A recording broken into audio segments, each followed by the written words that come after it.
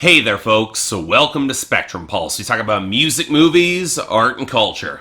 And today we're going to be talking about the newest album from Gotthard called Silver. You know, I should not be as defensive as I often seem when I talk about this band. I mean, this is a hard rock and heavy metal group that's existed for around 25 years at this point. This is their 12th album of original material. They've never released a bad record. So why the hell do I always feel like I'm steeling myself up for a fight whenever I talk about this Swiss group who's named for a mountain range in their home country and a ridiculous pun? Well, part of it is that Gotthard is a group that's always felt distinctly out of its own time. They're a melodically driven hard rock act in the heavy metal, maybe even hair metal tradition that released their debut album in 1992, at the very moment that a lot of that style of music went out of style in the mainstream and became very, very easy to mock. And they weren't a band that decided to leap aboard mainstream trends in rock either. There have definitely been stylistic experimentation and shifts in the tones and the sounds to update with the times, but at the end of the day, they're gonna throw up the horns and rock the hell out with the sort of larger-than-life swagger that most mainstream music these days seems to snub as being much too much fun. But you know,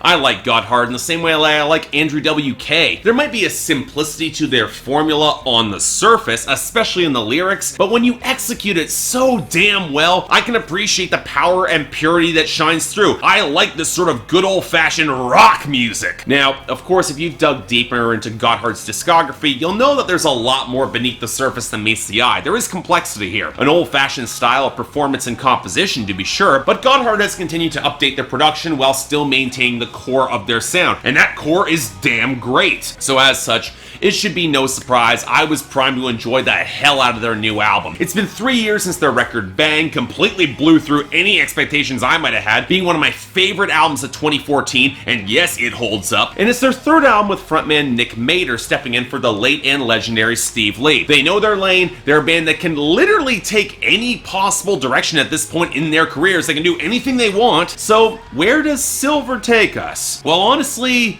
it's not doing a lot for me. Yeah, this one caught me by surprise, and not exactly in a way that I like. I wanted to adore this album, but the more times I listened through it, the more I just came to the conclusion that Gotthard just didn't bring their A game in the same way that they have in the past on this album. And the bizarre thing is that it's kind of tough to decode where things went wrong here. Because again, this album is not bad by any stretch. It's just that it's pretty good and decent where I was hoping for greatness, and believe me, that is a disappointment because they have greatness in them. So okay, how does something like this happen? Well, let's start off with the instrumentation and production, because there's definitely a shift in the tonal balance and sound of this album compared to the more muscular, rugged, ragged, and hard-edged bite of Bang. Even though in terms of a hard rock formula, there's still a lot to like about this in the aggressive riffs, the seedy organ, and the sharper grooves. It's a hard rock sound that I have a hard time disliking. It's right up my alley. But going back through the past 25 years of Gotthard records in order to draw an instrumental comparison, well, it's kind of all over the place. On the one hand, you have more elaborate and softer and mid-tempo cuts that put me in the mind of albums like Open and Home Run in the late 90s. But this doesn't seem to play in that territory so much as stabs at harsher, slightly more orchestral bombast that you got on Domino Effect, albeit not nearly being as catchy as that album's best songs were. And I think the reason for that comes in multiple parts. The first being that most of the hooks just aren't as strong as they were going back to, say, Bang. There are a few songs that will stick with you. Stay With Me, it's catchy enough as the lead-off single, along with Miss Me and My Oh My, and especially Reason for This. Although, in that case, it might be more because the melody that opens up the track sounds suspiciously like an interpolation of Kiss from a Rose by Seal of all people. But really, a lot of these hooks stick with more minor chord progressions that don't quite resolve in satisfying ways, providing, of course, you can make out the melodies, which takes us to the issues in the production. I would say this album is trying to take a shift more towards rhythm over melody, given that nearly all the solos will feel buried midway in the mix and rarely hit with the impact that they should. But the truth is, the mixing feels across the board kind of sloppy. If you get a bass line coming through the mix at all, it doesn't have the same definition or prominence unless it was quintessential to the underlying progression, and that means that many of these mixes don't have a firm foundation in their low end, which leads to cymbals, multi-track vocals, thicker drums, and really more organ than I would advise piling in to obscure that main guitar line, which doesn't really help these songs feel as catchy with that primary melody. And that's where you get to the arranged instrumentation, often coming in strings or piano to support or drive a melody like on Not Fooling Anyone, or the violin on the bridge of Only Love Is Real that really feels a lot thinner than it should. Not only does it feel lacking in more organic body, but it really feels kind of stiff. When Gotthard had used these elements in the past, they were twisting that bombast to suit a rougher image and a looser feel. But here it feels like they're trying to play into that sound, and it's not flattering the band at all. They could do more with this. And I think part of the issue, yeah, it's the vocals. And look, this is not an issue of Nick Mader not being Steve Lee. No one will ever truly replace him, but Mader came into his own on Bang, and it paid off for him in spades. But across the majority of this project, I did not get the impression he was throwing himself into these songs with the same force or power he has in the past. I get maybe trying for subtlety, but with the mix is feeling as overstuffed and the near constant multi-tracking means that we rarely get some of that subtlety. And on the subject of multi-tracking, I don't think that it does Mader a lot of credit when his more aggressive or energetic singing is overdubbed with vocals that are lower and more subdued in his range. You bring down the energy of the entire vocal track. And given the slower tempos and lack of harsher tones overall, that's the last thing that you want to do. I'm not asking for another record as aggressive as Bang or Dial Hard or Lip Service or Need to Believe, but Mader underplaying some of these songs does not help some already weak hooks stand out, and that's a real bad sign. And then we get to the lyrics, which have perennially been Gotthard's weak point, and, well, it's not exactly like they're bad here, so much as that they're not particularly interesting. Of course they're gonna paint in broad strokes as a hard rock band like this, but maybe it's a factor of Mader's delivery, but the emotive through line feels a lot more muted than it should. We don't really get that sense of propulsion. There's plenty of references to fighting to let go of something in the past, from old memories to old relationships, even to the point where after a few songs our protagonist makes a commitment to change, he then later admits that that's probably not gonna happen if he's being bluntly honest. And you know what? That sort of writing can work. It's fine by me. It's at the core of a lot of potent hard rock. But when we start looking into problems, you look a little bit deeper, and it really doesn't stand out all that well. Some are kind of technical. I really dislike the stuttered or elongated syllables on Why or Tequila Symphony No. 5. Some are just some poor framing. The sourness on Miss Me reminded me in a bad way of Sam Hunt's Make You Miss Me, and that's not a good sign. Or maybe just a tad too goofy and corny for my taste, like Beautiful or especially the borderline hippie Only Love Is Real. And let's make this clear, Gotthard has made some broad, cheesy, inspirational songs in the past, but again, it was a matter of shifting that style to suit their looser framework, whereas this seems to be playing into a lot of that cheesiness for not particularly amusing results. They don't come out all that well. But you know what, as a whole, I wish I had more to say about this album, and I just don't. I normally like Gotthard records for the straightforward, hard-hitting hooks and the explosive production and the killer vocals, and yet I'd be hard-pressed to say that I found any of that here. Sure, it's a decent hard rock record, but again, I've been a fan of this group for nearly a decade. They are capable of so much more than just decent. But Silver,